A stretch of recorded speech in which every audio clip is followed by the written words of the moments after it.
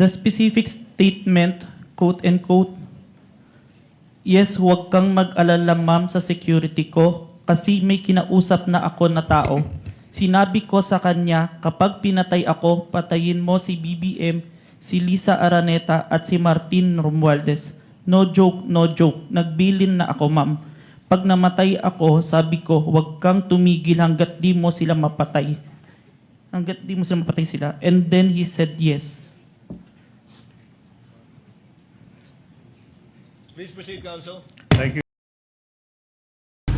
Nanganganib ang validity ng nagpapatuloy na impeachment proceedings ni Vice President Sara Duterte. Ito ang sentro ng inihaying very urgent manifestation with motion sa Korte Suprema ng isang grupo ng mga abogado kasabay ng unang araw ng impeachment trial kahapon. Layo nito ang pansamantalang pagpapatigil sa proseso. Kinuwestiyon ng mga petitioner ang otoridad ni Ayan na mga kababayan, nanganganib pong mapatigil ang pangalawang araw pa lang nitong mga sinisipon na. Sinipon na o di umano mga kababayan. Ito pong abogado ng kalaban, tingnan niyo po ito. Oh my goodness, Defense Counsel Attorney Carlo Joaquin Narbaza. Oh my goodness, Attorney please, sinisipon tuloy sa inyo ang prosecution. Dahil dyan, mukhang nanganganib pa mga kababayan, mapatigil. Ito pong impeachment proceedings na nangyayari ngayon dyan sa Kamara. Nako ba naman mga kababayan, di mo ba ito papatigil? Biruin mo, photocopy lang po pala ang kanilang hindi po hawak nila ang original. Ayan photocopy is now considered as an original. This is not an original or certified true copy and we object to the introduction of this and the identification of this. Carlo Narbaza, Defense Counsel. Akala mo mga kababayan, sino itong nagmamagaling? Lahat po sila nabubutata, no? Bata pa po itong abogado ni Vice President Sara Duterte, pero hindi na po sila umuobra sa mga argumento dito, no? Para lang ang dating, parang akala mo kayabang-yabang nitong isang abogado na ito, pero totoo mga kababayan, sinisipon daw di umano. Yan po ngayon ang ating matutunghayan sa buong bidyong ito. Kung wag nyo pong palagpasin, kung nyo pong papatapusin. Now, kung nyo pong patapusin, maraming salamat mga kababayan. Dahil dyan, puntahan na po natin ang buong detalye sa mga bago pa lang. Mag-subscribe na, pakipindot ang notification bell all. Maraming salamat sa magla-like at mag-share. Tatanawin kong utang na loob yan sa inyo. Tuloy na tayo mga kababayan sa detalye nitong ating pag-uusapan. Senador Francis Chis Escudero sa pangunguna ni Attorney Israelito Torion ang kawalan umano ng legal na basihan na mamuno bilang presiding officer ng impeachment court ni Escudero. Iginiit ng mga petitioner ayon sa intensyon ng mga bumuo ng 1986 Constitutional Commission, ang Pangulo ng Senado lamang ang dapat mamuno sa lahat ng kaso ng impeachment, maliban na lamang kung ang mismong Pangulo ng Pilipinas ang nililitis kung saan ang Chief Justice ang dapat mamuno. Binigyang diin sa mosyon na ang pag-amyenda sa Rule 2 ng Rules of Procedure on Impeachment Trials noong June 3, 2026 na nagpapahintulot sa paghalal ng ibang presiding officer ay may mga seryosong depekto. Batay sa mosyon, walang quorum nang mangyari ang botohan dahil 12 lamang sa 24 na senador ang naroon. Bukod dito, hindi rin umano nasunod ang patakaran na dapat ay may abiso o one-day notice bago amyendahan ang mga alituntunin. Panganib sa karapatan at proseso anila ang pagpapatuloy ng paglilitis sa ilalim ng isang pinunong questionable ang otoridad at paglabag sa due process at maaaring magresulta sa pagpapawalang bisa sa buong trial sa huli. Ang bawat araw ng trial sa ilalim ng isang questionable presiding officer ay nagpapalala sa constitutional injury. Hiling ng petitioner sa Korte Suprema ang paglalabas ng isang status quo ante-order o pansamantalang itigil ng impeachment court ang pagtanggap ng mga ebidensya at pagpapatuloy ng trial hanggat hindi nadedesisyonan ang usaping constitutional sa pamumuno ng korte. Sa kasalukuyan, hinihintay pa ang aksyon ng Korte Suprema habang nagpapatuloy ang paglilitis sa kasong impeachment laban sa pangalawang pinakamataas na opisyal ng bansa. Dante Amento, Ano kaya mga kababayan kung biglang maglabas ng desisyon ng Korte Suprema, Tapos sabihin, tigil nyo muna yan. Naku po, ang laki ng iyak nitong mga ito. Akala mo kung sino sila ngayon dyan na nakakapag-grandstanding, mga kababayan. Masasayang po ang lahat nilang kanilang effort. yung balibalita natin, di ba? Sabi ng mga congressman, may 20 million bawat isang congressman na pumirma sa impeachment na ito. Di ba mga kababayan? Oh, sabi yun ng isang congressman din. Hindi po natin yan na inaangkin na sa ating galing. At sinabi rin ng isang congressman, 150 million doon sa naunang impeachment kay BP Inday Sara. Di ba? Kasamahan din nilang congressman yun. Nakapagtataka lang yung congressman na yun, mukhang pumirma din yata. Nangailangan din ng 20 million. Hindi ko alam wala pa akong binabanggit dito mga kababayan Yun ay mga naririnig lang din natin sa mga, sila din naman mismo nagsasabi, di ba mga kababayan? So, wala naman po tayong pinapangalanan. To whom it may concern mga kababayan. Pero tingnan nyo posible kaya? Now, posible po yan kung matatandaan natin, itong grupo po ni Atty. Torion, sila rin po yung una na tumakbo sa Korte Suprema para nga po ipadeklara na unconstitutional itong impeachment laban kay BP Inday Sara. Mabuti nga mga kababayan, hindi pa rin sinama ni Atty. Torion dito, no? Yung naalala ninyo, di ba? Dapat itong impeachment na ito ay sa sa February 6 pa dapat sila pwede mag-file. 4 itong impeachment na ito mayroon nag-file, February 2 pa lang, yung grupo nung apo ni Ninoy Aquino, pamangkin ni Pinoy, di ba? Yung apo ni Ninoy Aquino na kalaban ni Marcos at tsuhin niya na kalaban si Marcos. Pero ito ngayon, yung kanyang isa pang tsuhin, kakampi na ni Marcos, tagapagtanggol na ni Marcos itong BAM. Di ba mga kababayan? Yan yung maliwanag na hindi na talaga ngayon. Sila talaga ang nag-unity. Kasi talagang dating mga mortal sila magkaaway, di ba? Sila talaga yung mga nag-unity, totoong unity. Sa kanila talaga nangyari yan. Di ba? Kaya lang, ang sagwa, ang pangit tingnan. Now mga kababayan, posible kaya ito? Posible po ito, matigil.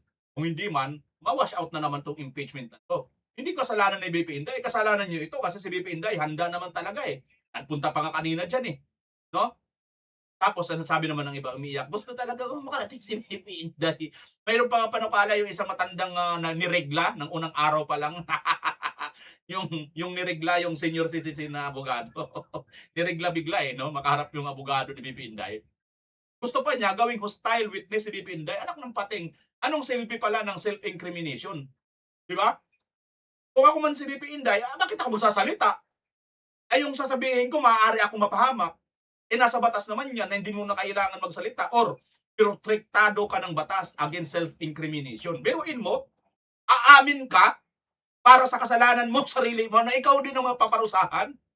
Ang tanga mo naman, di ba? Parang ang tanga lang, Hindi ko talaga magets. Di ba? Ganito naman sila talaga kabobo, mga kaubayan. Tingnan nyo nga itong isa, Speaking of grandstanding, tingnan nyo ito, panoorin nyo po itong isang ito. Kung paano siya nag-grandstanding dito. Noong 22 ng Hunyo 2026, nagulat at nagdalamhati ang buong bansa sa pamamaril sa Honor. isang paaralan. Sorry, excuse me. Your Honor, may I I be allowed to finish my manifestation? don't I will think- not disrespect and interrupt the defense Yes, counsel yes, but before once he that- has started. This is no disrespect, sir. Counsel for respondent is recognized. Thank you, Your Honor. Your Honor, this is improper. The improper for trial. Manifestation. This is not a manifestation proper for court procedure.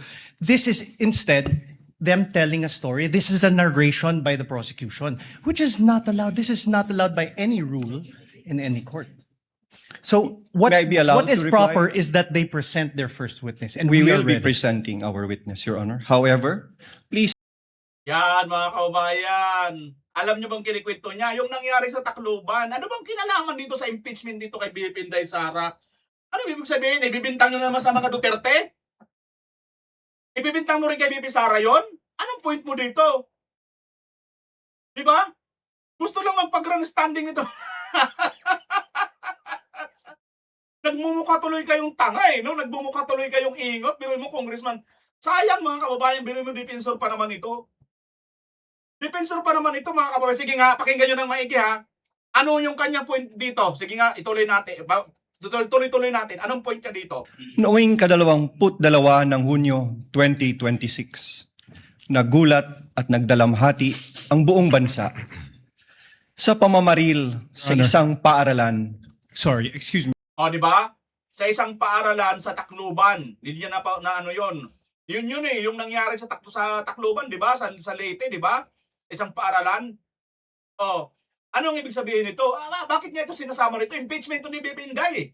Your Honor, Honor, may I be allowed to finish my manifestation? I don't I will think- not disrespect and interrupt the defense counsel yes, but before once he that, has started. this is no disrespect, sir. Counsel for respondent is recognized. Thank you, Your Honor. Your Honor, this is improper. The improper for trial.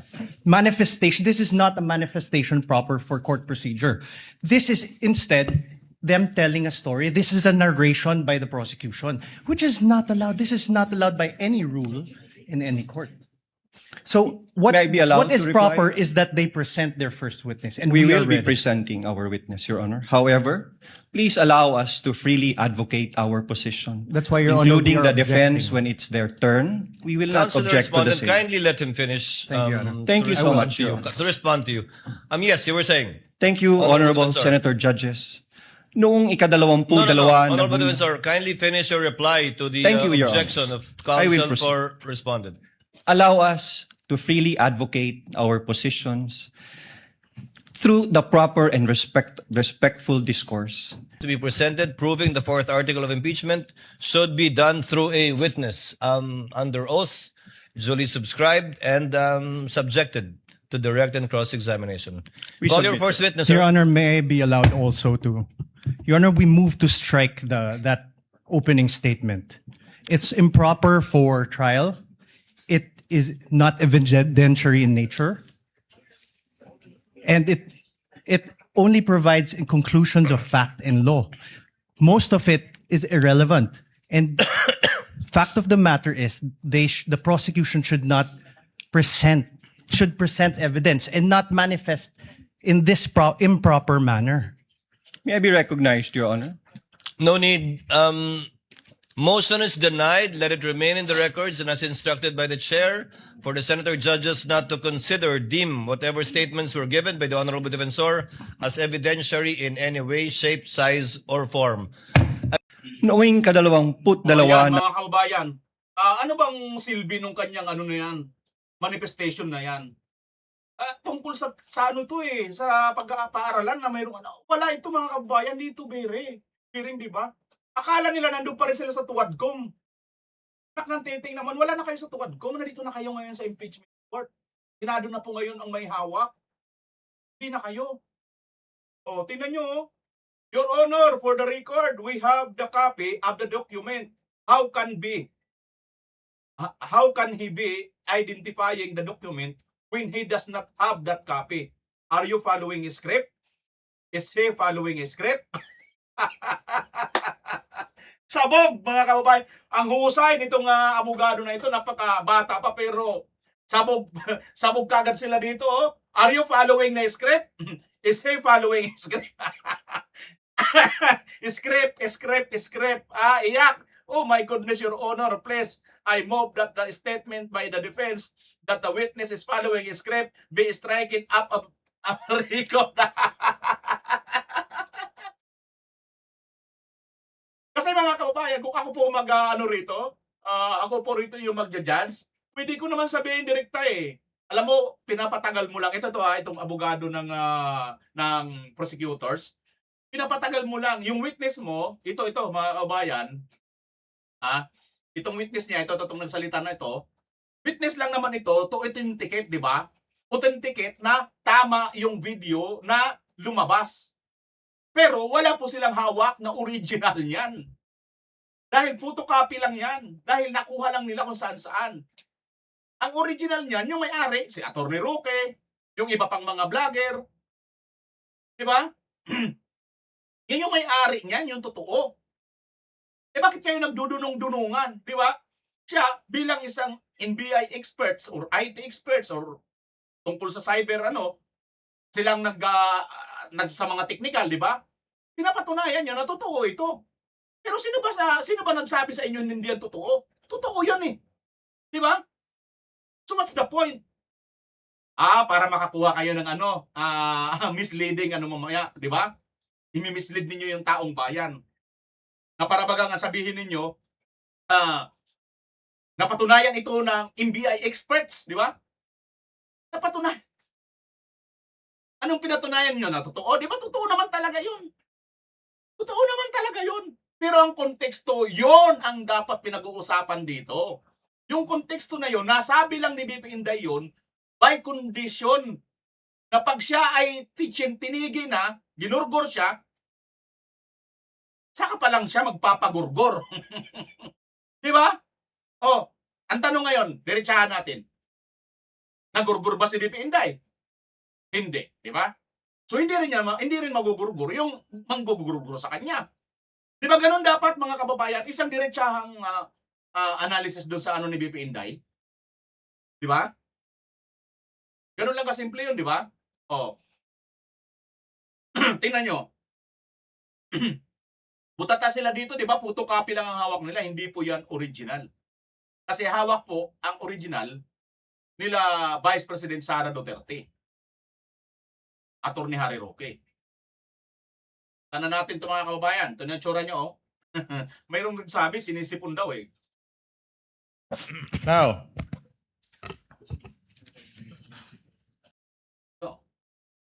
Alam mo, galing ang yabang, ano? in what particular portion of the subject video did the respondent utter that she already contracted a person to Tagal. kill the president, the first lady, and the former speaker of the House of Representatives? Are you done? Objection? Objection, Your Honor. Wow. Wow! Ano?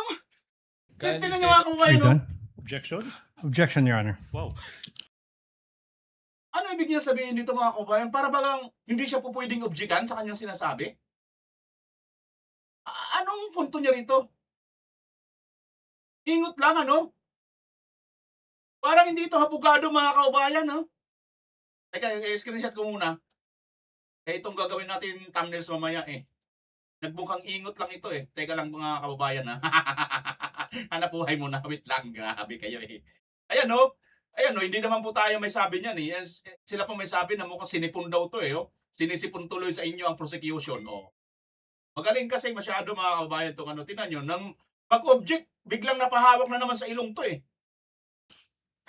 Kindly state objection, counsel for response. Your Honor, the question is misleading. There was no mention anywhere before that the video mentioned that the killing of the president. To kill. Yeah, there's no mention in any testimony earlier. There's no mention that that video. Your Honor, again, with all respect, the records will bear me out. Bases have been more than complied with. This witness mentioned many times over that the subject of the investigation is the statement of the Vice President that she already contracted a person to kill the President, the First Lady, and the former Speaker. There's no basis for the objection, Your Honor, please. Your Honor, may I ask for a readback? He was the only part. Sandali ha mga kababayan. Sinasabi niya wala daw basis ang objection ni Attorney Carlo Narvaza. No? Ako rin para sa akin din, pinapahaba nyo lang din, authentication lang, witness authentication lang naman itong hawak ninyo. Hindi nga sila may hawak ng original. Photocopy lang ang hawak nito. Ino-authenticate lang niya, natotoo yung video na yon at hindi naman po yun pinapasinungalingan ni BP Inday Sara. Inaamin na po naman po yun at nakapublic yun sa iba't ibang mga platform. Di ba, mga kababayan? Mainstream media, sa balita, at saka sa mga social media, mga kung saan-saan na mga platform. Nakapublic lahat yung video na yan. Wala naman sinasabi si BP Inday Sara na hindi yan totoo. So bakit parang sasabihin mo talaga, pinagdidiinan mo pa na parang ito na yung pinaka-credible witness. How come? Hindi nga siya kasama doon eh. Sa video, di ba mga kababayan? Hindi siya kasama doon habang nagaganap yung mga pangyayari yun. Doon pa lang sa punto yun, hindi na siya eyewitness eh. So ano lang siya? Authentication expert witness lang siya. pinapatunayan lang niya na totoo yung video. Which is wala naman pong bearing ito. Kung ako yung abogado, mga kababayan, ha? Ni VP Inday Sara, wala nang bearing itong pinagsasabi nito eh. Kung tutuusin, o sige, pero tapusin mo na. O, yun lang naman, di ba? Bakit mo pa kailangan ipagdikdikan na talagang may konteksto na papatay ni VP Inday? Kasi ang totoo, dapat sinabi ni VP Inday. Ang sinabi lang naman ni VP Inday, pagka siya ay ginurgor. Saka gurgurin mo yung nanggurgur sa akin. Yun eh. Tapos pagka nag-object siya ng si Atty. Narbasa, para siyang sisipunin, ano yun? Party who said that, Your Honor, not Kindly the... use the third party in referring to opposing counsel. Yes, Your Honor. If I may, Your Honor, May I ask, Your Honor, for a... Let the counsel for defense finish his statement. May I ask, Your Honor, for a reading of the transcript, as the witness, to my recollection, never mentioned that the Vice President did those things. all right. If I may, Your Honor, please. Counsel, kindly lay the basis. Yes, Your Honor, please. Now, Mr. Witness, you said that your office, the NBI, conducted an investigation for a statement made by the Vice President noong Nobyembre 23, taong 2024. Naalala mo yun? Objection, Your Honor. Oh. Your Honor, please. What is the basis of the objection? Your Honor, it's leading. Your Honor, please. If I may, Your Honor, Do please. you remember? Leading, Your Honor. If I may, Your Honor, please, I'm just giving into what the defense wants. The record will bear me out. This witness mentioned giving into. Tama nga na mga kababayan, sinasabi niya, you remember, hindi naman po siya nandun saksi sa totoong pangyayari. Paano niya maalala ito? Tama yung objection, naliding itong abogado ng prosecution, di ba? What the defense wants. The record will bear me out. This witness mentioned so many times over that he investigated the statement of the Vice President uttering that she already contracted a person. The whole nation is listening. The chair will Your make Honor, a ruling. so many words leading. The chair will make a ruling. The objection is overruled. Earlier, chair noted, I have it in my notes, that the question was propounded by counsel with respect to the 11/23/24 incident that was the subject matter of a digital forensic examination by the witness pertaining to the former Vice President. That was the instance, if the counsel will recall, that counsel for the prosecutors asked the witness if he knew who the Vice President was.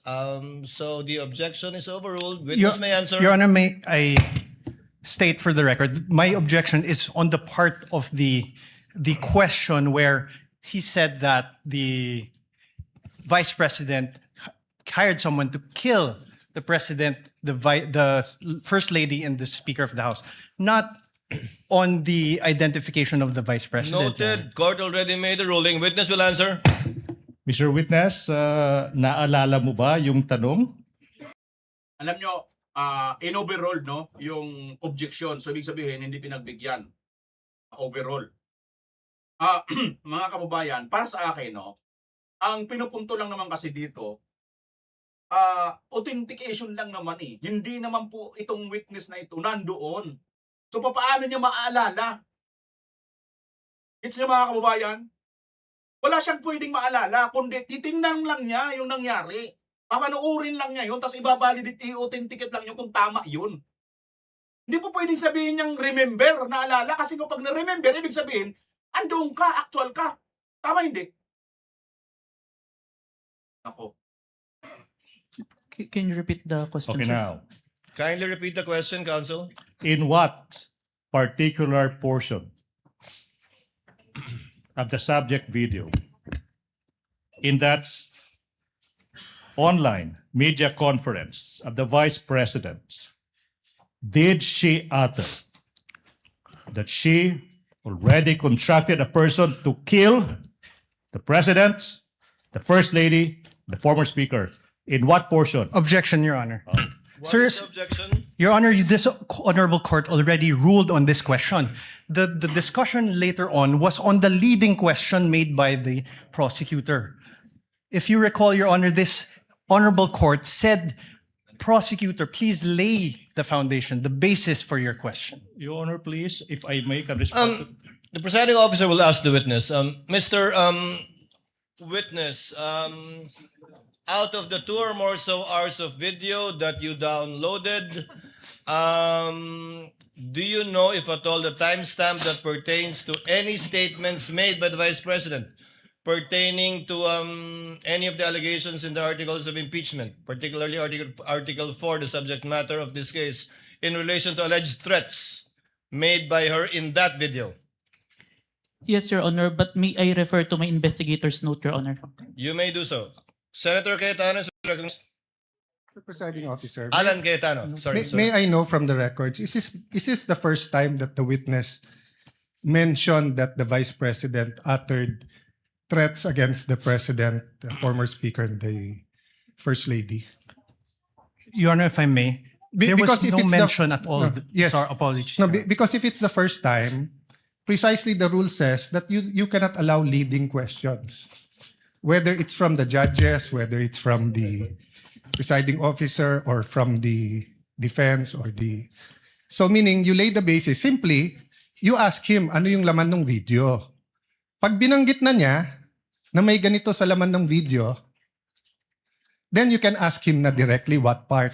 So, all of us want to expedite it, but let's follow the rules. So that's why I'm asking, has this witness this afternoon, I missed a portion because I have a headache and I had to eat before I drink medicine, but I was watching sa TV. But hindi ko pa narinig na sinabi niya to. Kasi kung hindi pa niya sinabi, Mr. Presiding Officer, can we just follow the rules and just lay the basis, ask him kung ano laman ng video, let him testify, tapos pag binanggit niya, then you can ask him, hindi na siya leading. But we shouldn't really ask leading questions because we'll violate the rules. So excuse me, but I'll just be very particular when it comes to the rules, and it's not against any group. Mr. Senator Presiding Judge Officer. Cayetano, it will take some time before we can quote unquote appeal to the records. I'm trying to have them get it. But in lieu of that, that's why the chair tried to intervene. Can counsel kindly lay the basis for the witness to be able to identify the timestamp portions of the 2-hour video? All right, Your Honor. Counsel for the prosecutors may proceed. This will be quick. Mr. Witness, you said that your office conducted an investigation on the statement made by the Vice President dated November 23, 2024, correct? Objection, Your Honor. Leading. Your Honor. Your Honor, he's not on direct. He's Overruled. Witness may answer. Yes, sir. Now, tanong, ano ba exactly yung sinabi ng Vice President nung araw na yan, November 23, 2024? Objection, Your Honor. Well, Vague. I'm not yet done. Well, Your please. Honor, the pauses of the prosecution are very Kindly confusing. let the counsel for the prosecutors finish his question Precisely, before Your you Honor. object. May I Counsel ask for the prosecutor also may proceed. may I ask, instead of this, Your Honor, may I ask that the Honorable Court direct the witness to allow me to object before answering? Because No. precisely the questioning of the prosecutor Okay, what? is there are many pauses, which it's confusing if he's done or not. Counsel, witness even on occasion forgot what the question was because he did not respond to the question of the prosecutor. Yes, Your Honor. So I just Court will may- make sure of that. Thank you, Your Honor. So kindly finish your question if Yes, you want so- to state it again, counsel for the prosecutors. Maybe it's the tone. No? I'll be quick. Kaya nga, What nagpupus ka particular eh. statements of the Vice President on that day did you investigate? objection, Your Oh. Honor. Vague. Take it, counsel for respondent. A bit of patience. Let the counsel Yes. finish. I don't think he's finished. The question is done. What particular statement on that day did you investigate? How is that leading? Objection, Your Honor. Vague. Okay, Your Not Honor. leading. Your Honor, please. Can I I didn't address say to that, leading. Your Honor, please? Can I? What was the Whether counsel? What's the basis of the objection? Vague. all right. I will It's a indulge. 2 Your hour Honor, please. 36 I will 26 indulge, minute Your Honor, video, Your please. Honor. I will indulge. I will add these two phrases. It will never be. It will never be that. Now, Mr. Witness, what statements did the Vice President utter on that day, if any? Your Honor, Whoa. same objection. There's a Honor, please. 2 hour 26 minute. What Let the does he witness mean? answer. Counsel, this 2 hour and so minute video was done on the same day. Yes. Correct, Your Honor. But the question must be given with particularity. If the witness knows, witness may answer. Answer. Witness will please answer. Can I refer for my notes to identify the exact statement because I might said a statement that's not part of the actual statement. Presiding officer Yes, will allow the script. witness to refer to his notes to refresh his memory. Hanapin mo yung script, Go ahead, script. Mr. Witness. Yung script. Dali, hanapin. Ayun na. Kailangan talaga Kailangan talaga mayroong The script. specific statement, quote and quote, yes, huwag kang mag-alala ma'am sa security ko kasi may kinausap na ako na tao. Sinabi ko sa kanya, kapag pinatay ako, patayin mo si BBM, si Lisa Araneta at si Martin Romualdez. No joke, no joke. Nagbilin na ako ma'am. Pag namatay ako, sabi ko, huwag kang tumigil hanggat di mo sila mapatay. Hanggat di mo sila mapatay sila. And then he said yes. Oh, you know. Oh. Pag namatay siya, buhay pa ba si BP Sara? Buhay pa. O di po, hindi rin po, hindi mapatay si BBM tsaka si Lisa. Simple lang yan Please proceed, counsel. Thank you. Now, Di ba? in what particular portion of that video recording that you authenticated of that online media briefing on November 23, 2024, did the Vice President utter those words? After If I may, sir, I think we should include the question first. It start at 1 hour and 15 minutes to 1 hour 17 minutes and 18 seconds, sir. Your Honor, so the witness manifested as an answer to the question in what portion he said, timestamps 1 hour 15 minutes 0 second to 1 hour 17 minutes 18 seconds, and we computed, Your Honor, please, it's a 2-minute 18-second portion of that video. At this juncture, Your Honor, please, bases have been laid. The nation can finally see it. The court will do. We move that's 2-minute and 18-second portion of that video be presented at this juncture, Your Honor, please. The Secretariat is instructed to play the USB given to the tech behind that was observed and witnessed by both counsels for the parties. Sorted. Kindly play the video. Vice President, thank you so much nga po pala sa dala niyong hopya nung hearing na pumunta kayo for PRRD. Kami yung nasa likod niyo po, yung tinawag nilang bastos kasi po malaki. Congresswoman. Kindly pause it. Ganyan ba talaga? Your Honor, please, Your Honor, please, the witness said that he would like to include the question propounded to the Vice okay lang. President. So, ganyan nga, hindi nalalakihan yan? Ganyan na talaga yan? Or it will get bigger? It will get bigger, Your Honor, please. Okay, please proceed. Yeah. Thank you, ma'am. Nakakain kami. Ako po ay natatakot kumain ng pagkain doon baka mamaya. Ma'am, mag-iingat po kayo. Nasa teritoryo kayo ng kalaban. Okay lang Nag-aalala po po, kami para. ma'am, kasi sila naman sila talaga yung bastos eh. You reap Opo, what you okay. sow. Yeah. Mag-iingat po kayo kasi sa dinami-rami po ng inyong mga pasabog ngayong gabi, it seems like marami po talaga kayong alam about them, no? Dahil sa pagkakasama niyo sa kanila during the campaign and during the 2022 elections. Baka po mamaya kasi totoo yung mga naririnig namin or yung, I don't know if it's true, na meron daw silang Operation Romanovs and baka bala kayong ubusin ang inyong pamilya dahil hadlang kayo sa kanilang mga balaki in the future. So mag-iingat po kayo. Kami po kasi kami ng EDSA Friday crew, kami yung bumababa every Friday dyan sa EDSA because we believe yan yung tamang venue sa dinami-rami na ng problema natin. Ang kaya lang naman po namin gawin ay manawagan na bumaba na yan. Ano po kaya ang remedy naman ninyong mga nasa posisyon or ng mga kayang labanan itong napakarami na pong ginagawang korupsyon at krimen laban sa taong bayan? Ano po ang pwede nyo maging remedy para matapos na ito? Lalo't nagsisigaw na po ang taong bayan na mag-people power na. Yes. Huwag kang mag-alala, ma'am, sa security ko. Kasi may kinausap na ako na tao. Sinabi ko sa kanya, kapag pinatay ako, patayin mo si BBM, si Lisa Araneta, at si Martin Romualdez. No joke. No joke. Nagbilin na ako, ma'am. Pag namatay ako, sabi ko, huwag ka tumigil hanggang hindi mo mapatay sila. And then he said yes.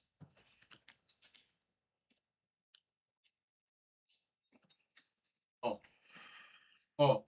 Pag That's namatay the si end BP of Sara, that 2 Oh. minute and 18-second portion. oh, ano ang problema niyo dyan? Pag namatay siya, natay na ba siya? Alam niyo mga kababayan, kung ako dito, dire-diretsahan ko na kagad to. O ano problema niyo? Namatay ba si BP Inday Sara? Hindi. So hindi rin siya pwedeng pagpapatay. Kasi conditional yun eh. Pag pinatay siya, ayun. Saka lang mangyayari yun. Pero ang tanong mga kababayan, tatanggapin ba ito sa korte?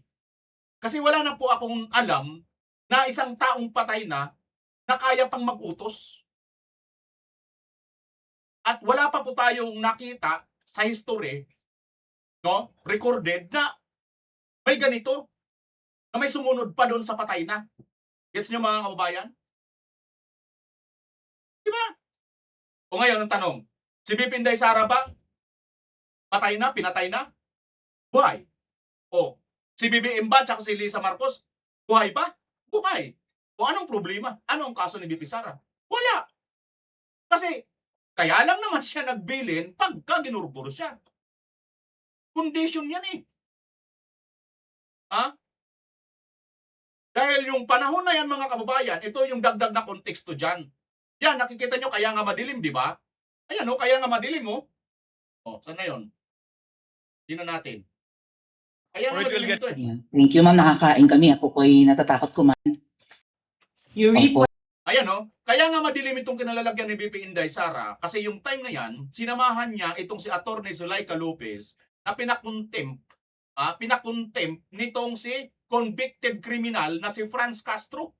Mga kababayan, ang kapal na mukha nitong kapit na kamag-anak ni St. Peter, mga kababayan, convicted na po ito sa child abuse na kaso, dyan nga po sa Dabnor.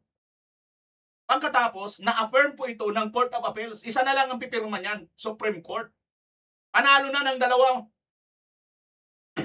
Insulto nga ito sa mga justisya dyan sa mga kababayan nating mga katutubo eh. Ito lang ito lang sasabihin ko. BBM, ang justisya mo ba? Ito sa administration mo? Pagka mga maliliit na tao katulad ng mga katutubo, maliit lang din ang binibigay mong justisya para sa kanila. Bakit? Kasi tingnan mo, hindi pa nakukulong eh. Oh. Samantalang sila Marcolita, yung mga tao na kritisismo mo, mabilis pa sa alas 4. Mga vlogger, kulong ka agad. Pero ito, convicted criminal po ito ha. Criminal po yan, si Franz Castro. Diba? Child abuse, nilagay sa panganib ang mga 14 na mga minor de edad. Na mga katutubo. Convicted ha. Pagkatapos, hindi na nga ito nakukulong, siya pa ngayon ang nagpakulong, nagpakontempt dito kay Atty. Zuleika Lopez dyan sa lugar na yan, sa Congress. Ngayon, kumunga si BP Inday, nagmalasakit sa kanyang tao, ayan, sinamahan niya. Nang sinamahan niya si Atty. Zuleika Lopez, ang gagawin nila nung gabing yun, mga kababayan, yan yung gabing yan, kukunin si Atty. Zuleika Lopez, pinatayan ng ilaw, pinatayan ng tubig, pati internet, nangawala na lahat mga kababayan. Pinatayan sila ng lahat ng supply para makakontak sa labas. Mabuti na lang, may mga kasama na nakapasok dyan, nailusot yata yung portable sigurong signal o yung mga gadget, di ba? Kaya nakapagganyan. So yung sitwasyon ni BP Inday Sara na talagang do or die yan, mga kababayan, kasi nga, anytime pwede silang burburin, tingnan ang dilim mo ng background. Yun ang hindi dito nakikita ninyong konteksto. Pagkatapos, bukod dyan, pinipilit na kunin si Atty. Zuleika Lopez na nakakulong dyan, nakakontempt dyan sa Kongreso, dalhin doon sa Women's Correctional sa Mandaluyong. Kasamantalang yung sa Mandaluyong Women's Correctional, ang mga nandun lang, yung mga napatunayan na ng mga kriminal. Nasintensyahan na. Katulad ni Franz Castro. Si Franz Castro dapat ang dalhin doon. Bakit hindi dinadala doon? Di ba mga kababayan? Kita nyo na? Ngayon, ikaw si VP Inday Sara, matindi na ang nararamdaman mong threat. Di ba?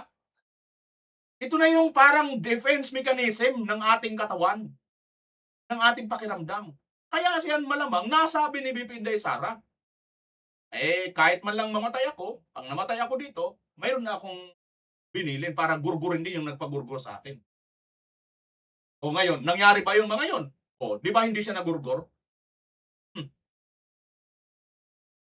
Mga kababayan, malay ba natin kung hindi nagbitaw si VP Inday Sara ng salita na yun, sa dilim niyan, sa lugar na yan, walang ibang mga kasama masyado si VP Inday Sara. Kung nilusob sila dyan,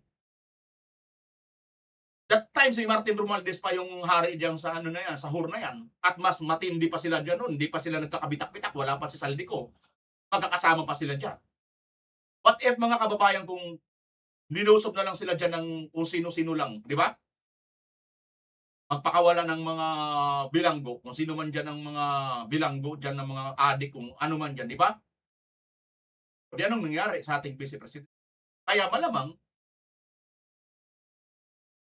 nagligtas pa yan kay VP Inday Sara, yung kanyang binitawan niya na salita. Kasi baka mamaya nakaumang na pala yung mga kababayan, nandito na pala yung mga demonyo, di ba? Napaligod-ligod dyan, andito na pala yung mga aswang. Nang magsalita siya ng ganyan, biglang, sandali, mayroon palang panangga ito, mayroon pala itong sapin. Kasi pag pinatay natin ito, automatic na. Automatic na kung sino na kaagad ng pinagbibintangan niya. Kaya wag. Back out, di ba? Back out. Di ba? Abort the mission. Yun ang nangyari. Malamang mga kababayan ha, ito'y analysis ko lang, opinion. Hindi ko alam kung ganyan nga talaga mangyayari kay VP Inday. Pero sa sitwasyon niya, may posibilidad ba yan mga kababayan? Ayun na po ang dumugtong. Kung sang-ayon po kayo sa ating analysis dito mga kababayan, ano man comment nyo po dyan sa baba, huwag po kayong mahiya. Sana maraming salamat kung nakarating ka dito sa dulo ng usapan po natin at usapan po natin. Maraming salamat. Samantala magpapaalam, Bimar. Bye-bye.